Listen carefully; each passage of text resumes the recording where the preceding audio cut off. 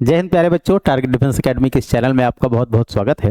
तो एनडीए की एग्जाम की डेट बेटा अप्रैल में है और जैसे जैसे नज़दीक आती जा रही है आपके मन की घबराहट जो है वो बढ़ती जा रही है। तो इस बात को मैं बखूबी समझ सकता हूं, क्योंकि मैंने भी एनडीए की तैयारी किया था एक टाइम पे और रिटन वगैरह तो निकाला ही था।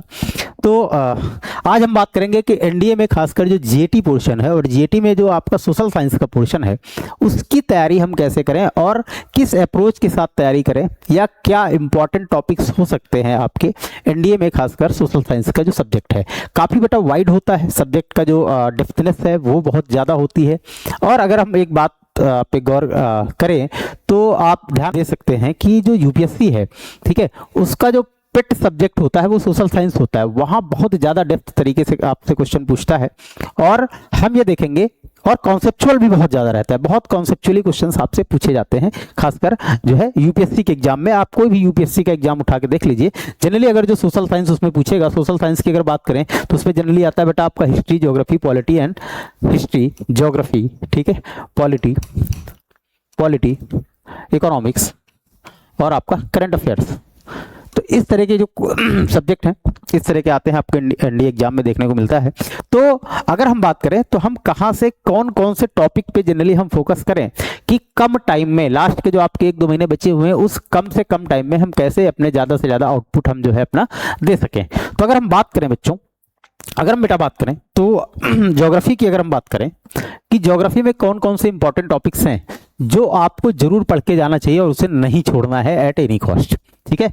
तो ज्योग्राफी की अगर हम देखें बेटा तो आपका जैसे हो गया आपका लैटिट्यूड और लॉन्गिट्यूड, ठीक है, लैटिट्यूड एंड लॉन्गिट्यूड, इसको आपको बेटा नहीं छोड़ना है या आपको ध्यान रखना है, ठीक है, किसी भी कीमत पे। कारण क्या है बेटा, पहली बात तो ये है कि ज्योग्राफी का आपका समझ सकते हैं बैकबोन है ये वाला चैप्टर। अगर आपको ये चैप्टर समझ में नहीं आता है तो आप मान के चलिए आगे की जो ज्योग्राफी है वो आपके लिए थोड़ा सा मुश्किल होने वाली है। और दूसरी चीज़ ये है कि यहाँ से डायरेक्टली क्वेश्चन पूछ लेते हैं। यहाँ जनरली क्वेश्चन आपसे बेटा टाइम एंड डेट से रिलेटेड पूछते हैं। टाइम निकालने के लिए आपको देते हैं कई बार कि इस पर्टिकुलर लॉन्गिट्यूड पे इतना टाइम हो रहा है तो इस लॉन्गिट्यूड पे कितना टाइम होगा। इस तरह के क्वेश्चंस आपको देखने को मिलते हैं। इसके अलावा अगर हम बात करें रिवर सिस्टम ऑफ इंडिया, अगर हम बात करें रिवर्स ऑफ इंडिया खासकर, ठीक है, रिवर्स ऑफ इंडिया, ठीक।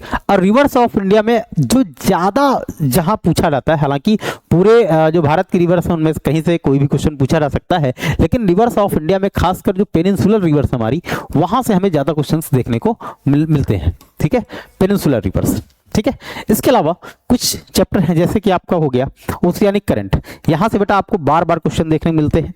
ओशियानिक करंट की बात करें तो ये कुछ हम 8-10 चैप्टर आपको बताएंगे जो आपको बिल्कुल भी नहीं छोड़ना है। ये बात आपको ध्यान रखना है कि बिल्कुल नहीं छोड़ना है, मार्क माय वर्ड्स कि इन चैप्टर्स पे बिल्कुल आप पढ़ के जाएंगे। इसके अलावा हो गया बेटा आपका प्रेशर बेल्ट, ठीक है, इसको भी नहीं छोड़ना है। प्रेशर बेल्ट से बेटा बार बार क्वेश्चन बनते हैं, ठीक है। एटमॉस्फेरिक लेयर हो गया, ये बहुत छोटा चैप्टर है।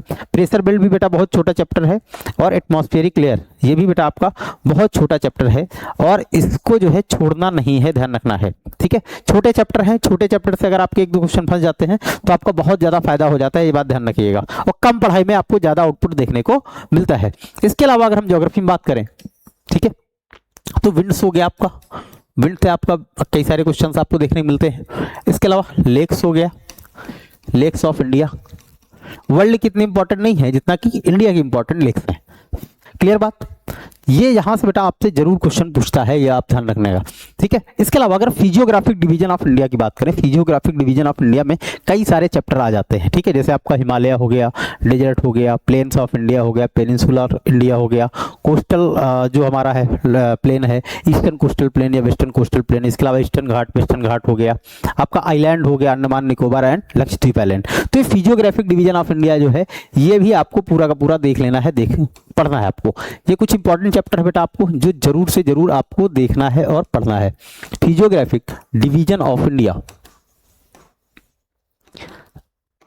क्लियर।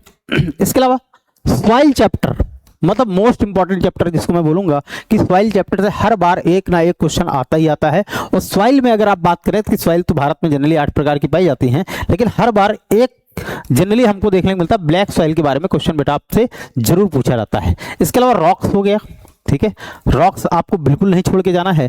और इसके अलावा आपका हो गया आपका साइक्लोन, ठीक है, साइक्लोन्स। तो ये कुछ इंपॉर्टेंट चैप्टर हैं ज्योग्राफी के जो आपको बिना किसी हिचकिचाहट के जरूर से जरूर पढ़ के ही जाना है, आप एकदम अनडाउटफुली, ठीक है, बिल्कुल इन चैप्टर्स को आपको पढ़ के जाना है, रिवाइज करना है, इनसे ज़्यादा से ज़्यादा आपको एमसीक्यूज लगाना है, प्रैक्टिस करना है।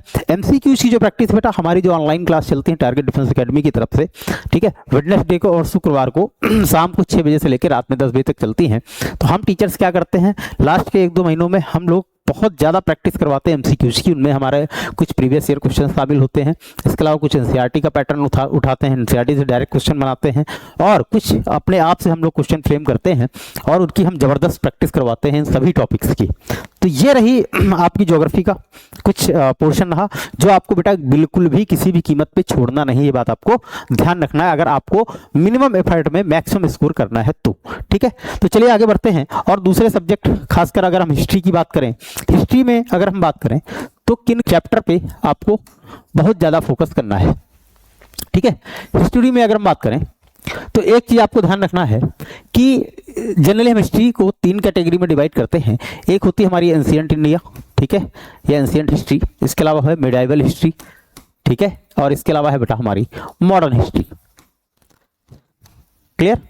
तो मॉडर्न हिस्ट्री की बात करें तो एक चीज आपको ये समझना है कि मॉडर्न हिस्ट्री में जब से अंग्रेज आए, ध्यान रखना है, खास करके जब से अंग्रेज आए, बैटल ऑफ प्लासी से लेके आपको 1757 से लेके 1947 तक तो आपको पढ़ना ही पढ़ना है मॉडर्न हिस्ट्री में। क्लियर है, यहां तक तो आपको पढ़ना है। मिडाइवल हिस्ट्री की बात करें तो इसको आप बेटा छोड़ सकते हैं। देखिए एक बात बहुत इंपॉर्टेंट है कि अगर आपको कॉम्पिटिटिव एग्जाम की तैयारी करनी है तो आपको ये भी पता होना चाहिए कि ये चीज़ हमें नहीं पढ़ के जाना है।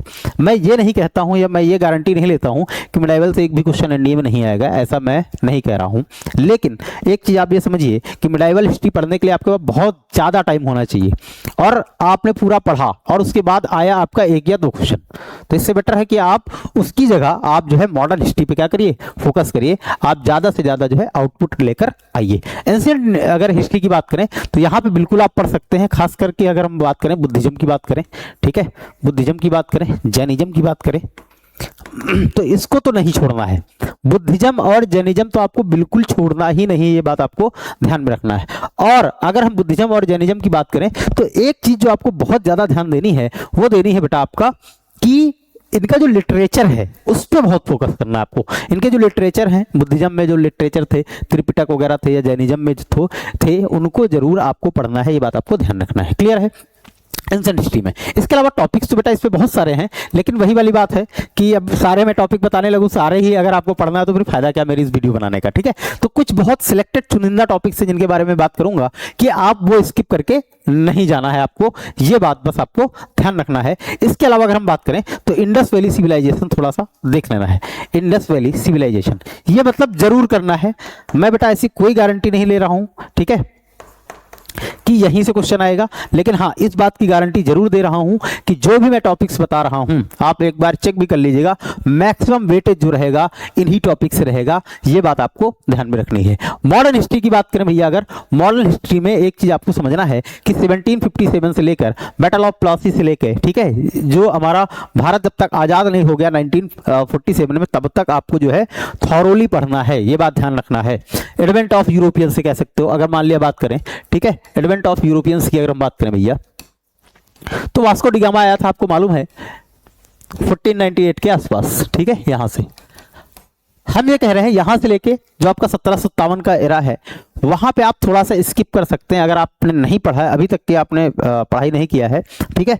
तो एडवेंट ऑफ यूरोपियन जो 1498 है वहां से लेके आप 1757 तक आप एक बार स्किप कर सकते हैं मॉडर्न हिस्ट्री में, लेकिन 1757 से लेके 1947 तक आप बिल्कुल भी स्किप मत करिएगा, इसको एक बार जरूर पढ़ लीजिएगा। इसके अलावा अगर हम बात करें मॉडर्न में तो गांधीयन एरा, ठीक है, गांधीयन एरा जो है हमारा, ठीक है, खासकर गांधी जी द्वारा जो मूवमेंट चलाए गए इनको जरूर पढ़ना है। गांधीयन एरा कब से स्टार्ट होता है जनरली बेटा आपका 1950 में गांधी जी जो है भारत लौटे साउथ अफ्रीका से और 1947 तक इनका चलता है, मतलब ये तो आपको फिर से जरूर ही पढ़ना है, किसी भी कीमत पर भैया आपको स्किप नहीं करना है। चलिए अगर मान लिया आप यहां से लेके यहां तक नहीं पढ़ सकते हैं तो एटलीस्ट गांधीयन एरा जरूर आप पढ़ के जाइएगा। क्लियर है, तो ये बातें आपको ध्यान में रखना है। अब अगर बेटा हम बात करें पॉलिटी की, बात करते हैं कि पॉलिटी में हमें क्या क्या एकदम इंपॉर्टेंट है। अच्छा, हिस्ट्री में एक चीज़ और ध्यान रखिएगा, हिस्ट्री में आपको एक चीज़ और समझिएगा कि ये तो पढ़ना है, इसके अलावा इंपॉर्टेंट इन्वेंशन इन यूरोप, ये बात ध्यान रखिएगा, इंपॉर्टेंट इन्वेंशन इन यूरोप, ठीक है, जो यूरोप में बेटा पुनर्जागरण काल चला या रेनेसां पीरियड चला, ठीक है, या 15th या 16th सेंचुरी में, उस टाइम बेटा बहुत सारी इंपॉर्टेंट इन्वेंशन हुई थी यूरोप में, ठीक। जैसे जो स्टीम इंजन है इसका आविष्कार हुआ था, रेल के डिब्बों का आविष्कार हुआ था, ठीक है, इसके अलावा जो बुनाई की मशीन है उसका आविष्कार हुआ था, प्रिंटिंग प्रेस का आविष्कार हुआ था, मोटर जो हमारा इंजन होते हैं इनका आविष्कार हुआ था। तो बहुत सारी चीज़ें ऐसे इन्वेंशन हुए थे नए नए, ठीक है, जो ये सारी चीज़ें बेटा आपको जरूर पढ़ लेने कि इनका इन्वेंशन किसने किया और किस ईयर में किया, इस तरीके के क्वेश्चन आपसे पूछ लेते हैं। इसके अलावा गांधी जी की बात करें अगर हम, तो इनके द्वारा लिखित बुकें जितनी हैं, जैसे हिंद स्वराज किसने लिखा बेटा, गांधी जी ने लिखा, ठीक है, और भी कई सारे माय एक्सपेरिमेंट विथ ट्रूथ, ठीक है, ये भी गांधी जी ने लिखा। तो गांधी जी की जितनी बुक्स हैं ये जो है आप जरूर से जरूर बेटा पढ़कर जाइएगा, ध्यान रखिएगा, क्वेश्चन आपसे डायरेक्टली पूछ लेते हैं, ठीक है। तो चलिए बेटा पॉलिटी में देख लेते हैं। पॉलिटी की अगर हम बात करें या नागरिक शास्त्र जिसको बोलते हैं, पॉलिटी की बात करें तो यहाँ से कुछ इंपॉर्टेंट टॉपिक्स हैं जो आपको पढ़ना है जरूर से जरूर। पहला टॉपिक्स की बात करें तो अगर हम प्रियम्बल की बात करें, बहुत छोटा टॉपिक है हमारा, ठीक है, और 1 से 2 क्वेश्चन आपको बन जाते हैं। प्रियम्बल मतलब प्रस्तावना, आप जानते होंगे, ठीक है, बहुत छोटा टॉपिक है और यहाँ से क्वेश्चन आपका बन जाता है। इसके अलावा अगर बात करें बेटा फंडामेंटल राइट्स की बात करें, इसको आपको जरूर पढ़ना है, जरूर से जरूर पढ़ना है। डीपीएसपी की बात करें, ये भी आपको बहुत पढ़ना है, ठीक है। इसके अलावा पार्लियामेंट की बात करें, ठीक है, सारे चैप्टर्स तो आपको नहीं पढ़ने हैं क्योंकि अगर मैं सारे चैप्टर बताऊंगा तो फिर फायदा ही क्या हुआ मेरा ये वीडियो बनाने का।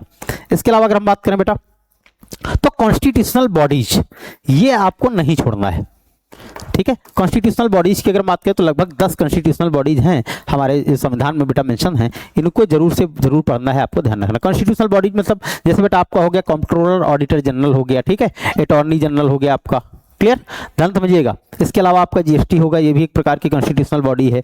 इसके अलावा बेटा अगर हम बात करें तो इलेक्शन कमीशन ऑफ इंडिया हो गया, ठीक है।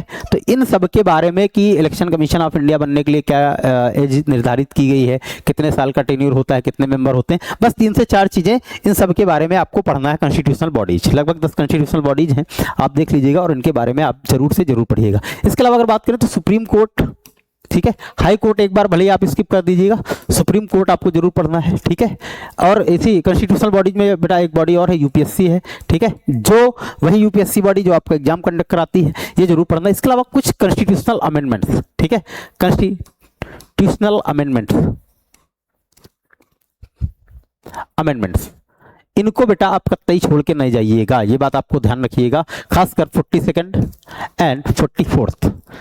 42nd आपको मालूम है, इसे हम क्या बोलते हैं बेटा, मिनी कॉन्स्टिट्यूशन बोलते हैं या छोटा मोटा संविधान बोलते हैं, आपको मालूम होना चाहिए। तो ये सारी चीजें हैं, ये टॉपिक्स ऐसे हैं बेटा कि जहां से आप ये मान के चलिए जरूर से जरूर क्वेश्चन आपसे पूछता ही पूछता है। आप जो है एकदम डाउटलेस होके काम करिएगा और इस पे जो है आप रिवीजन जरूर करिएगा, क्लियर है।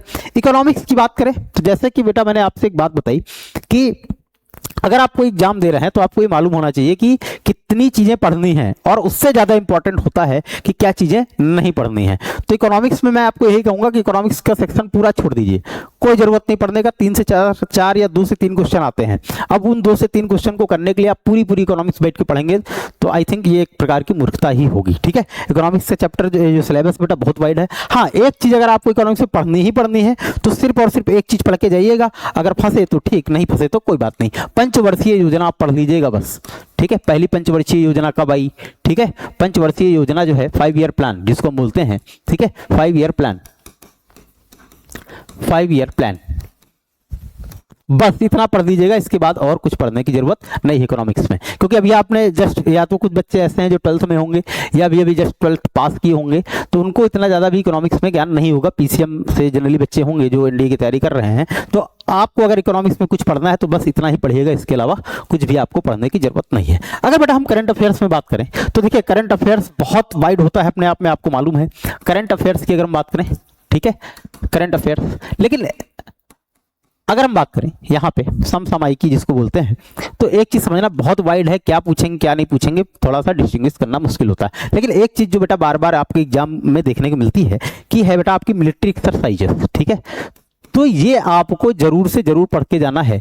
जितनी भी बेटा एक्सरसाइजेस होती है मिलिट्री एक्सरसाइजेस, ये आपको एकदम कंफर्म मान के चलिए कि जितने ही खासकर जुलाई से लेके, ठीक है। हाँ, एक डाउट और बच्चों के मन में रहता है कि कहां से कब से लेके कब तक पढ़ें। देखिए अब एक चीज आपको समझना है, अप्रैल में आपका एग्जाम होना है। कब एग्जाम होना है बेटा आपका?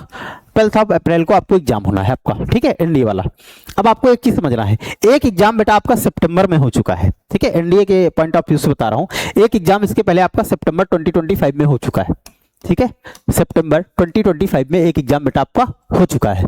अब जब सितंबर 2025 में एग्जाम हुआ तो एक चीज समझिए, यूपीएससी बेटा लेता है पेपर आपका ऑफलाइन, तो एक महीने पहले तो बना ही लेता होगा पेपर, है ना।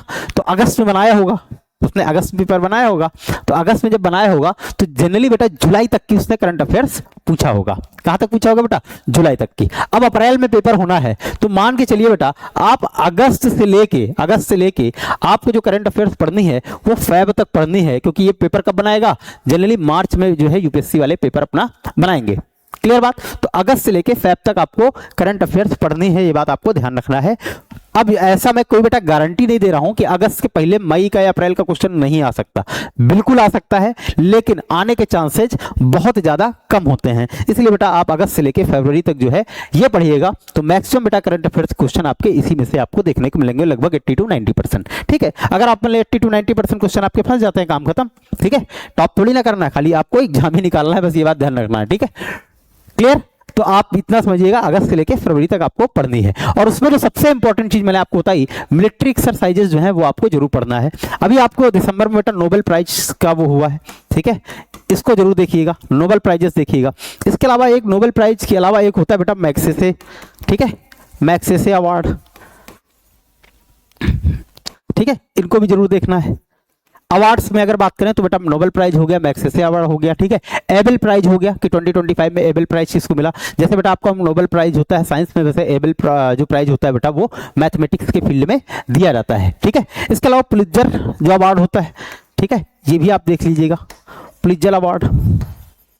तो अवार्ड्स पे बेटा ये चीजें आपको ध्यान में रखनी है। मिलिट्री एक्सरसाइज आपको किसी भी कीमत पे स्किप नहीं करना है, कि दो देशों के बीच में मिलिट्री एक्सरसाइजेस होती हैं वो आपको बिल्कुल भी स्किप नहीं करना है। वो बाईलैटरल भी हो सकती है और ट्राईलैटरल भी हो सकती है, या कई लैटरल हो सकती है, मल्टीलैटरल भी हो सकती है। मतलब लैटरल का मतलब हो गया दो देशों के बीच में तो बाईलैटरल एक्सरसाइज, तीन देशों के बीच में जैसे तो हो गई आपकी ट्राईलैटरल, और कई देश हैं तो उसको बोल देंगे मल्टीलैटरल एक्सरसाइज, ठीक है। तो जो मिलिट्री एक्सरसाइजेस होती है वो आपको जरूर पढ़ना है। अवार्ड्स आपको किसी भी प्रकार से स्किप नहीं करना है, ये बात आपको ध्यान रखना है।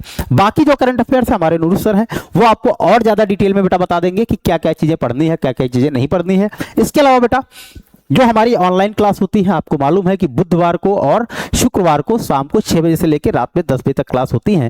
तो जो करंट अफेयर्स है या साइंस है या ज्योग्राफी है, हिस्ट्री है, पॉलिटी है, उसमें जो भी इंपॉर्टेंट एमसीक्यूज हैं, ठीक है, जो आपके एनडीए एग्जाम में आ सकते हैं, डिक्टो सेम टू सेम क्वेश्चन आने की प्रबल संभावना है, उसके लिए हम लोग बेटा काम कर रहे हैं। तो आप ऑनलाइन हमारी जो क्लासेज हैं वो ज्वाइन कर सकते हैं, और जो है लास्ट के जो 2 महीने हैं इसमें हम लोग बेटा कड़ी और बेजोड़ मेहनत करेंगे, ताकि जो है ज्यादा से ज्यादा रिजल्ट जो है हम दे सके, ठीक है। तो आज के लिए बेटा इतना ही। जय हिंद, जय भारत।